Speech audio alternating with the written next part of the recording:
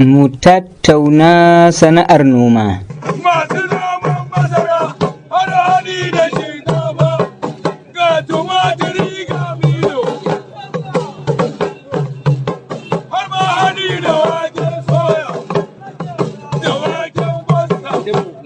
Kungiya angara ga jaki kungiya angara mai magani da yunwa tana magani da yunwa. Sannu kungiya angara maza da mata ne, maza da mata ne, kungiya angara. Masu sauraro barkanmu da sake saduwa a cikin wani sabon shirin da ke da burin ganin bunƙasar noman masara da shinkafa da farin wake da waken soya da kuma tumatir, kuma cibiyar bincike wayar da kan manoma da yaɗa dabarun noma ta ƙasa wato NAERLS da ke jami'ar Ahmadu Bello a Zaria tare da haɗin gwiwar haɗakar shirin Agra a jihar Kaduna suke ɗaukar nauyin kawo muku shirin. Masu noman masara har hali da shinkafa ga tumatiri ga milo har ma hali da waken soya da waken gwasta. Kungiya angara ga jaki kungiya angara mai magani da yunwa tana magani da yunwa. Sannu kungiya angara maza da mata ne, maza da mata ne, kungiya angara. A cikin shirin namu na yau za ku ji cikakken bayani game da noma mai kaucewa sauyin yanayi.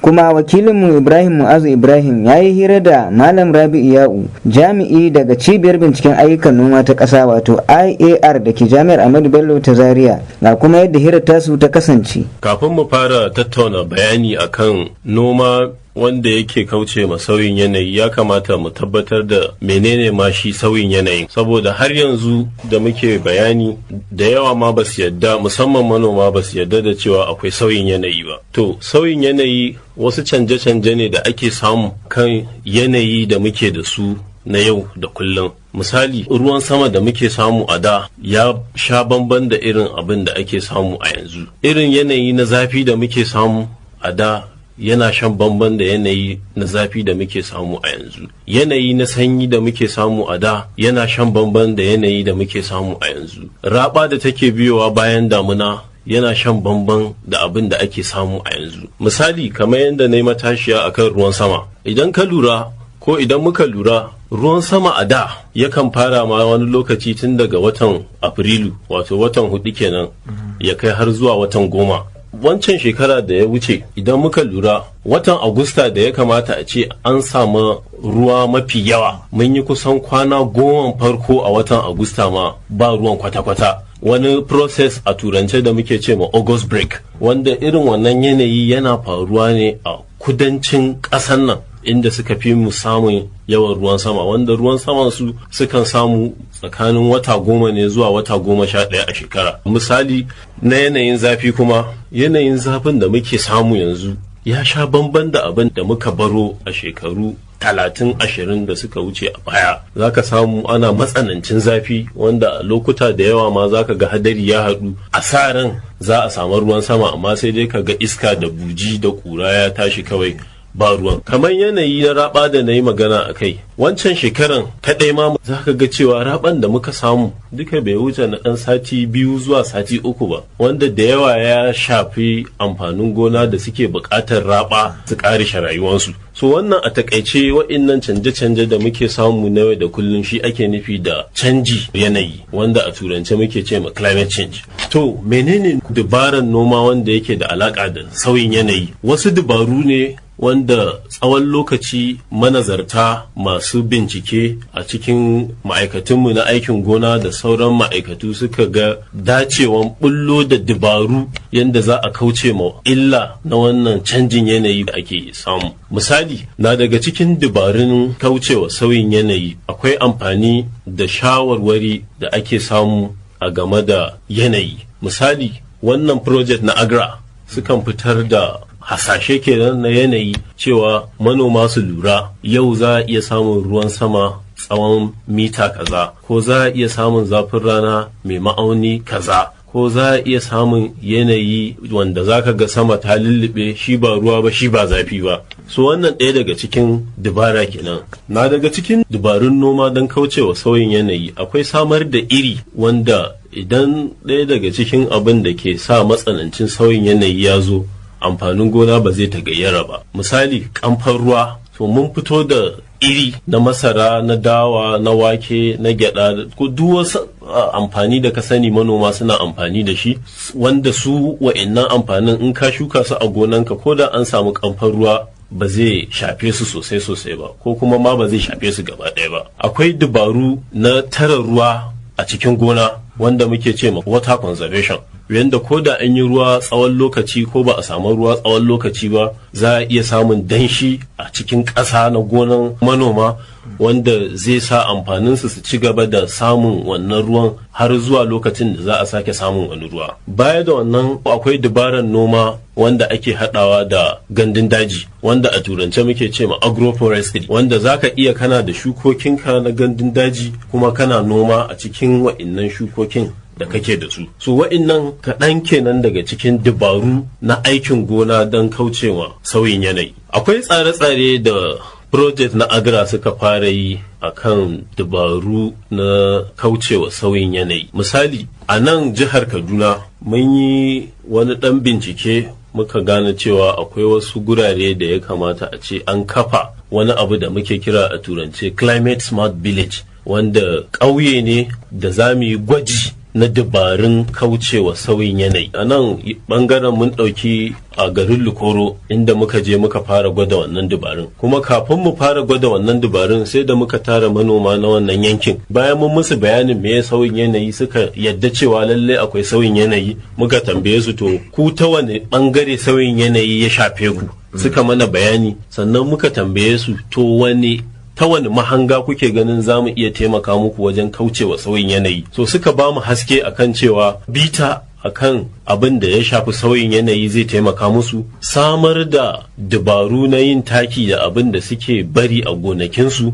zai taimaka musu, sannan shuke-shuke na gandun daji da kuma na cikin gida suka yi mana bayani cewa wannan ma zai taimaka musu. So a yanzu haka a garin Lukoro muna da guri inda muka kaddamar da yanda ake yin taki na compost. Ana yin shi ne daga abin da manoma suke renawa suke ganin kaman ba wani abu bane. Misali, mun sa sun tattaro mana karan masara. Kaga karan masara a ƙarshen damuna yawanci manoma suna amfani da su ne su ƙona wajen makamashi. Da raunin shinkafa shi ma yawanci suna amfani da shi ne wajen yin gini na ƙasa. Su haɗa shi da darbaya, cuccuɗa, sannan ganye kowane iri in dai busasshe ne da ɗanye. So wa'innan su ne abubuwan da muka haɗa wajen yin wannan taki na compost. To yanzu kuma takin yana nan ya nuna, mun sa shi a guri inda yake killatacce, wanda za mu koya musu dabaran yadda za su yi amfani da wannan taki na compost a wannan damuna wanda ke shiga. Baya ga wannan akwai maganan noma na gandun daji kamar yadda na faɗa. Project na agra yanzu haka tana nan ta sa mata da samari, maza da mata a cikin wannan harka, wajen yadda za a yi ɗan gurabe da suke da shi a cikin gidansu wanda suka bar shi haka nan ba sa amfani da shi. Mun sa sun gyara, mun ba su abin da za su shuka na tattasai, a tarugu da kayan lambu dai wanda za su shuka. Amfanin wannan shukan na farko zai sa su samu ƙarin kuɗin shiga. Na biyu sun gyara muhalli. Na uku sun inganta muhalli, don wa'innan shuke-shuken za su dinga ba su iska mai kyau, su ma za su dinga shakan iska mai kyau. Sannan na hudu, an fitar da manoma daga wani yanayi da suke zama a lokacin da ba na aikin gona ba zuwa yanayi da zai sa ko da yaushe suna cikin aiki, da lokacin aikin gona da lokacin da ba na aikin gona ba. Sannan yanzu haka muna nan muna kokarin koya musu dabara na noman shinkafa ba tare da ɓannata iri ba da kuma ba tare da ɓannata taki ba. Mun sa sun gyara guri, muna jira ruwa ya zauna, za mu je mu ci gaba da koya musu wannan dabaru. So wannan kaɗan daga cikin abubuwan da ya shafi dabarun aikin gona don kaucewa sauyin yanayi kenan. Na noma wanda ke da dabarun kaucewa sauyin yanayi yana da amfani ga manoma a hanyoyi da yawa. Babban hanya na farko shine samun tsaro ta hanyar abinci. Kamar yadda na faɗa a baya cewa wa'innan manoma za su samu ƙarin kuɗin shiga. Banda ƙarin kuɗin shiga da za su samu, kaga misali wa'innan abubuwa da muka ba su suka shuka za su ƙara wadatar da abinci da suke da shi a cikin garinsu ko a kusa har da ma maƙotan garinsu. To baya ga wannan zai sa kuma idan an samu canjin yanayi, abin da muke ce ma adaptive capacity a turance, idan an samu yanayi na sauyin yanayi, su manoman za su iya da kansu neman mafita ta yadda za a yi su kauce ma wannan yanayi da suka shiga a ciki. Sannan akwai abin da muke ce ma mitigation, ya za su yi su kauda wannan sauyin yanayin tun da ya riga ya faru. Isu idan suka zauna daga cikin dabarun da muka koyar da su, za su iya fitar da aito ila yanayi ne na kamfan ruwa ya faru, ko kuma yanayi ne na yawan ruwan sama da ya samu, ko kuma yanayi ne na ruwan sama ya ja baya ba lokacin da ya kamata ya ja baya ba. Duka wannan manoma za su san ya za su yi su kauce ma wa'innan al'amura da suke faruwa. Tunda shi al'amari na sauyin yanayi abu ne daga Allah, ba abu ne wanda zaka iya cewa kana da control a kan shi ba, kuma idan zai faru ba wai zai baka alama cewa zai faru bane, sai dai kawai ka ga faruwan shi ya riga ya faru. Malam Rabiu, ko shin akwai wasu kalubale da noman zamani mai kaucewa illar sauyin yanayi yake haifarwa? Bana ce akwai kalubale da shi noma mai dabarun sauyin yanayi yake haifarwa ba, sai dai akwai kalubale kamar yadda na yi shimfiɗa a farkon jawabi na, wadda da yawa jama'a ma ba su yadda akwai sauyin yanayi har sai ka shigo da bayanai wanda za su gani a zahiri wanda zai tabbatar musu lallai cewa akwai sauyin yanayi kafin su yarda. Wannan kenan. Na biyu, akwai ƙarancin ilimi ko wayar da kai akan menene ma sauyin yanayi ko kuma wasu dabaru za a bi don ganin an kauce wa sauyin yanayi. Wannan su ne abubuwa guda biyu wanda suke damun al'ummarmu a yau, wanda su ne kalubalen da mu dai masana ko masu bincike akan wannan harkan muke fuskanta game da manoma. Ta yaya za a kauce wa waɗannan kalubale? To, na daga cikin hanyoyin da za a kauce ma waɗannan kalubale shine Allah ya kawo mu wani zamani wanda a duk inda kake a yanzu zaka iya sanin me duniya take ciki. To akwai hanyoyi ko dabaru wanda aka bullo da shi don wayar ma mutane da kai game da wa'innan kalubale na rashin sani da kuma rashin wayar da kai akan menene sauyin yanayi. Na farko, akwai amfani da hanyoyin sadarwa na zamani, akwai harka na internet, akwai harka na social media, akwai harka na bulletins da akan fitar lokaci zuwa lokaci. Kuma wannan project na Agra na iya bakin ƙoƙarinta wajen cewa ta ilmantar da al'umma akan wa'innan dabaru ko kuma wa'innan hanyoyin sadarwa na zamani akan yadda mutane za su kauce wa sauyin yanayi. Dabara na biyu na ganin yadda za a kauce wa sauyin yanayi shine bita. Ya kamata mu a project na Agra mukan yi ma duk wasu wanda muka ɗauka matsayin CBAs wanda muke ce ma Community Based Advisors, muna musu bita lokaci zuwa lokaci akan dabaru ko hanyoyin yadda za a yi a kauce ma sauyin yanayi idan hakan ya faru, wanda su kuma wa'innan CBS din akalla kowanne yana da manoma guda 300 a ƙarƙashin shi, wanda bayan ya samu wannan training daga nan wajen zai koma wajen manoma don ya wayar musu da kai, ya isar musu da saƙon abin da muka koya musu. Sannan akwai kamar nan cibiyar watsa labarai na harkan gona wanda aka fi sani da NRLS, akwai wani abu da muke ce ma Farmer Healthline. Duk manoma saboda irin wa'innan shirye-shirye da muke yi muna watsawa, akwai hotlines da aka bayar wanda duk idan ka ga wani sauyi wanda baka aminta da shi ba zaka kira lamban waya direct kuma za ta iso wajenmu, kuma daga nan za mu baka dabaru da ya kamata manoma su yi amfani da shi don ganin cewa sun kauce wa wa'innan yanayi ko canje-canje na sauyin yanayi. To daga ƙarshe waɗanne shawarwari za ka ba ma masu sauraro dangane da wannan nau'in noma mai kaucewa sauyin yanayi? To shawarar da zan ba al'umma a nan shine ko da yaushe idan abu ya shige musu duhu su nemi sani, saboda idan baka nemi sani ba ko da matsala yana tattare da kai ko yana yawan faruwa da kai ba yanda za ka yi ka san yanda za ka fita a cikin wannan matsalar.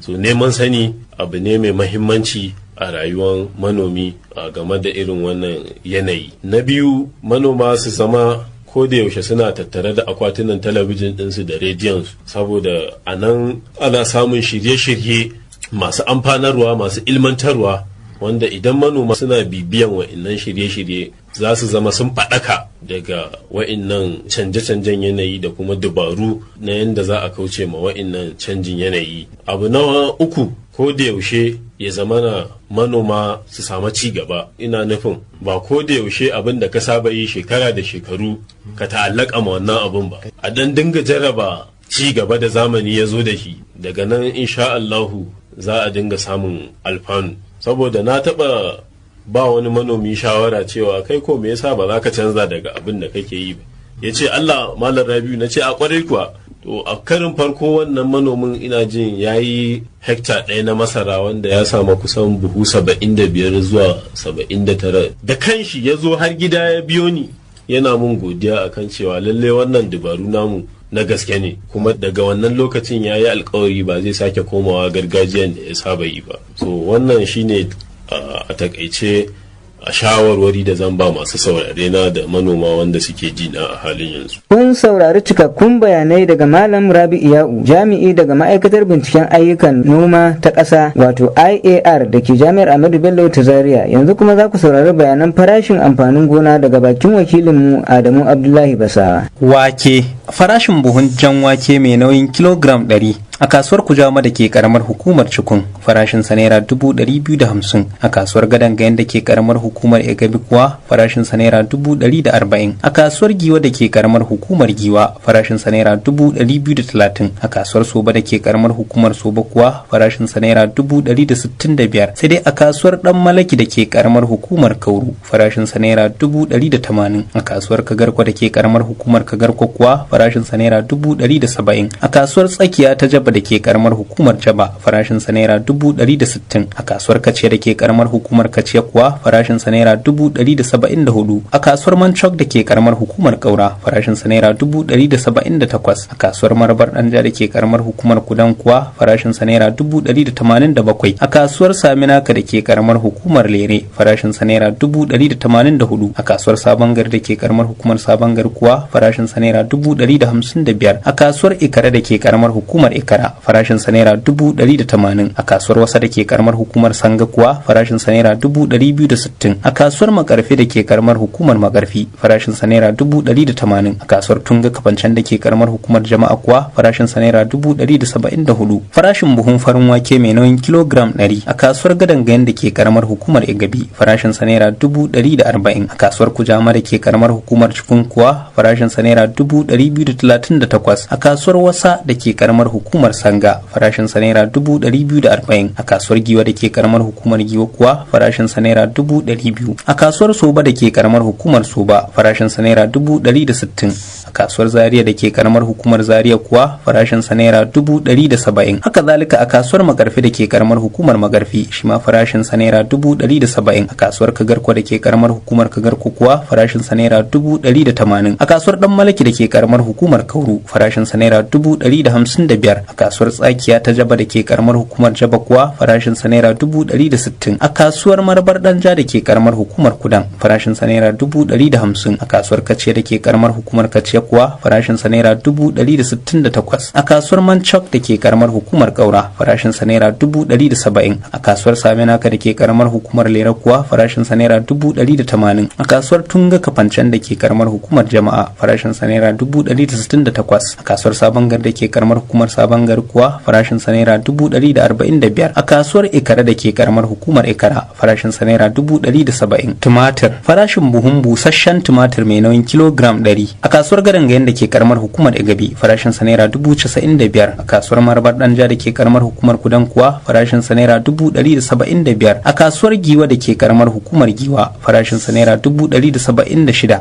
A kasuwar Soba da ke karamar hukumar Soba kuwa farashin sa naira 100. Sai dai a kasuwar Kagarko da ke karamar hukumar Kagarko farashin sa naira 170. A kasuwar Dan Malaki da ke karamar hukumar Kauru kuwa farashin sa naira 100. A kasuwar Kaciya da ke karamar hukumar Kaciya farashin sa naira 95. Kasuwar Manchok da ke karamar hukumar Kaura kuwa farashin sa naira 105. A kasuwar Saminaka da ke karamar hukumar Lere farashin sa naira 160. Kasuwar Sabon Gari da ke karamar hukumar Sabon Gari kuwa farashin sa naira 175. A kasuwar Ikara da ke karamar hukumar Ikara farashin sa naira 160. A kasuwar Makarfi da ke karamar hukumar Makarfi kuwa farashin sa naira 157. A kasuwar Tunga Kafancan da ke karamar hukumar Jama'a farashin sa naira 95. A kasuwar Zaria da ke karamar hukumar Zaria kuwa farashin sa naira 175. Farashin kwandon danyen tumatir mai nauyin kilogram 50 a kasuwar Giwa da ke karamar hukumar Giwa farashin sa naira 60. A kasuwar Soba da ke karamar hukumar Soba kuwa farashin sa naira 80. A kasuwar Zaria da ke karamar hukumar Zaria farashin sa naira 65. A kasuwar Wasa da ke karamar hukumar Sanga kuwa farashin sa naira 90. A kasuwar Tunga Kafancan da ke karamar hukumar Jama'a farashin sa naira 75. A kasuwar Ikara da ke karamar hukumar Ikara kuwa farashin sa naira 60. Haka zalika a kasuwar Gadangayen da ke karamar hukumar Igabi shi ma farashin sa naira 60. A kasuwar Kagarko da ke karamar hukumar Kagarko kuwa farashin sa naira 90. A kasuwar Marbar Danja da ke karamar hukumar Kudan farashin sa naira 70. A kasuwar Manchok da ke karamar hukumar Kaura kuwa farashin sa naira 72. Haka zalika a kasuwar Saminaka da ke karamar hukumar Lere shi ma farashin sa naira 72. A kasuwar Kaciya da ke karamar hukumar Kaciya kuwa farashin sa naira 75. A kasuwar Sabon Gari da ke karamar hukumar Sabon Gari farashin sa naira 65. A kasuwar Makarfi da ke karamar hukumar Makarfi kuwa farashin sa naira 60. A kasuwar Dan Malaki da ke karamar hukumar Kauru farashin sa naira 80. Masara farashin buhun farar masara mai nauyin kilogram 100 a kasuwar Kujama da ke karamar hukumar Cikun farashin sa naira 85. A kasuwar Gadangayen da ke karamar hukumar Gabi kuwa farashin sa naira 83. A kasuwar Giwa da ke karamar hukumar Giwa farashin sa naira 90. A kasuwar Soba da ke karamar hukumar Soba kuwa farashin sa naira 72. A kasuwar Dan Malaki da ke karamar hukumar Kauru farashin sa naira 85. A kasuwar Kagarko da ke karamar hukumar Kagarko kuwa farashin sa naira 75. A kasuwar Tsakiya ta Jaba da ke karamar hukumar Jaba farashin sa naira 80. A kasuwar Marbar Danja da ke karamar hukumar Kudan kuwa farashin sa naira 83. A kasuwar Wasa da ke karamar hukumar Sanga farashin sa naira 100. Sai dai a kasuwar Kaciya da ke karamar hukumar Kaciya farashin sa naira 60. A kasuwar Manchok da ke karamar hukumar Kaura farashin sa naira 89. A kasuwar Saminaka da ke karamar hukumar Lera kuwa farashin sa naira 76. A kasuwar Sabon Gari da ke karamar hukumar Sabon Gari farashin sa naira 82. Kasuwar Ikara da ke karamar hukumar Ikara kuwa farashin sa naira 83. Haka zalika a kasuwar Makarfi da ke karamar hukumar Makarfi shi ma farashin sa naira 83. A kasuwar Tunga Kafancan da ke karamar hukumar Jama'a farashin sa naira 95. A kasuwar Zaria da ke karamar hukumar Zaria kuwa farashin sa naira 80. Farashin buhun jar masara mai nauyin kilogram 100 a kasuwar Kujama da ke karamar hukumar Cikun farashin sa naira 87. A kasuwar Gadangayen da ke karamar hukumar Igabi kuwa farashin sa naira 85. A kasuwar Giwa da ke karamar hukumar Giwa farashin sa naira 95. A kasuwar Soba da ke karamar hukumar Soba kuwa farashin sa naira 78. A kasuwar Dan Malaki da ke karamar hukumar Kauru farashin sa naira 89. A kasuwar Kagarko da ke karamar hukumar Kagarko kuwa farashin sa naira 80. Haka zalika a kasuwar Tsakiya ta Jaba da ke karamar hukumar Jaba shi ma farashin sa naira 80. A kasuwar Kaciya da ke karamar hukumar Kaciya kuwa farashin sa naira 60. A kasuwar Manchok da ke karamar hukumar Kaura farashin sa naira 95. A kasuwar Saminaka da ke karamar hukumar Lera kuwa farashin sa naira 80. A kasuwar Sabon Gari da ke karamar hukumar Sabon Gari farashin sa naira 86. A kasuwar Ikara da ke karamar hukumar Ikara kuwa farashin sa naira 87. A kasuwar Marbar Danja da ke karamar hukumar Kudan farashin sa naira 86. Sai dai a kasuwar Wasa da ke karamar hukumar Sanga farashin sa naira 110. A kasuwar Makarfi da ke karamar hukumar Makarfi farashin sa naira 86. A kasuwar Tunga Kafancan da ke karamar hukumar Jama'a kuwa farashin sa naira 100. A kasuwar Zaria da ke karamar hukumar Zaria farashin sa naira 87. Shinkafa farashin buhun casasshiyar shinkafa mai nauyin kilogram 100 a kasuwar Wasa da ke karamar hukumar Sanga farashin sa naira 140. Haka zalika a kasuwar Gadangayen da ke karamar hukumar Gabi shi ma farashin sa naira 140. A kasuwar Giwa da ke karamar hukumar Giwa kuwa farashin sa naira 138. A kasuwar Soba da ke karamar hukumar Soba kuwa farashin sa naira 160. A kasuwar Kagarko da ke karamar hukumar Kagarko farashin sa naira 140. A kasuwar Dan Malaki da ke karamar hukumar Kauru kuwa farashin sa naira 150. A kasuwar Tsakiya ta Jaba da ke karamar hukumar Jaba farashin sa naira 162. A kasuwar Marbar Danja da ke karamar hukumar Kudan kuwa farashin sa naira 170. A kasuwar Kaciya da ke karamar hukumar Kaciya farashin sa naira 138. Haka zalika a kasuwar Manchok da ke karamar hukumar Kaura shi ma farashin sa naira 138. A kasuwar Saminaka da ke karamar hukumar Lere farashin sa naira 184. A kasuwar Sabon Gari da ke karamar hukumar Sabon Gari kuwa farashin sa naira 170. A kasuwar Makarfi da ke karamar hukumar Makarfi farashin sa naira 148. Haka zalika a kasuwar Ikara da ke karamar hukumar Ikara shi ma farashin sa naira 148. A kasuwar Tunga Kafancan da ke karamar hukumar Jama'a farashin sa naira 138. A kasuwar Zaria da ke karamar hukumar Zaria kuwa farashin sa naira 155. Farashin buhun shinkafa mai bawo mai nauyin kilogram 75 a kasuwar Kujama da ke karamar hukumar Cikun farashin sa naira 87. A kasuwar Gadangayen da ke karamar hukumar Igabi kuwa farashin sa naira 65. A kasuwar Giwa da ke karamar hukumar Giwa farashin sa naira 70. A kasuwar Soba da ke karamar hukumar Soba kuwa farashin sa naira 55. Haka zalika a kasuwar Kagarko da ke karamar hukumar Kagarko shi ma farashin sa naira 55. Kasuwar Tsakiya ta Jaba da ke karamar hukumar Jaba kuwa farashin sa naira 74. A kasuwar Dan Malaki da ke karamar hukumar Kauru farashin sa naira 53. A kasuwar Marbar Danja da ke karamar hukumar Kudan kuwa farashin sa naira 54. A kasuwar Kace da ke karamar hukumar Kaciya farashin sa naira 66. A kasuwar Manchok da ke karamar hukumar Kaura kuwa farashin sa naira 64. A kasuwar Saminaka da ke karamar hukumar Lere farashin sa naira 68. A kasuwar Sabon Gari da ke karamar hukumar Sabon Gari kuwa farashin sa naira 53. A kasuwar Ikara da ke karamar hukumar Ikara farashin sa naira 68. A kasuwar Makarfi da ke karamar hukumar Makarfi kuwa farashin sa naira 67. A kasuwar Tunga Kafancan da ke karamar hukumar Jama'a farashin sa naira 66. A kasuwar Zaria da ke karamar hukumar Zaria kuwa farashin sa naira 55. Waken suya farashin buhun waken suya mai nauyin kilogram 100 a kasuwar Kujama da ke karamar hukumar Cikun farashin sa naira